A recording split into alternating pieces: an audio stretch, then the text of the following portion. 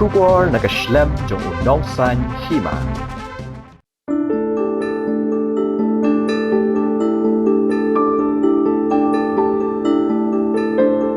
Kintiyo ya kakam jong pi syaka kerdan bakam shalor.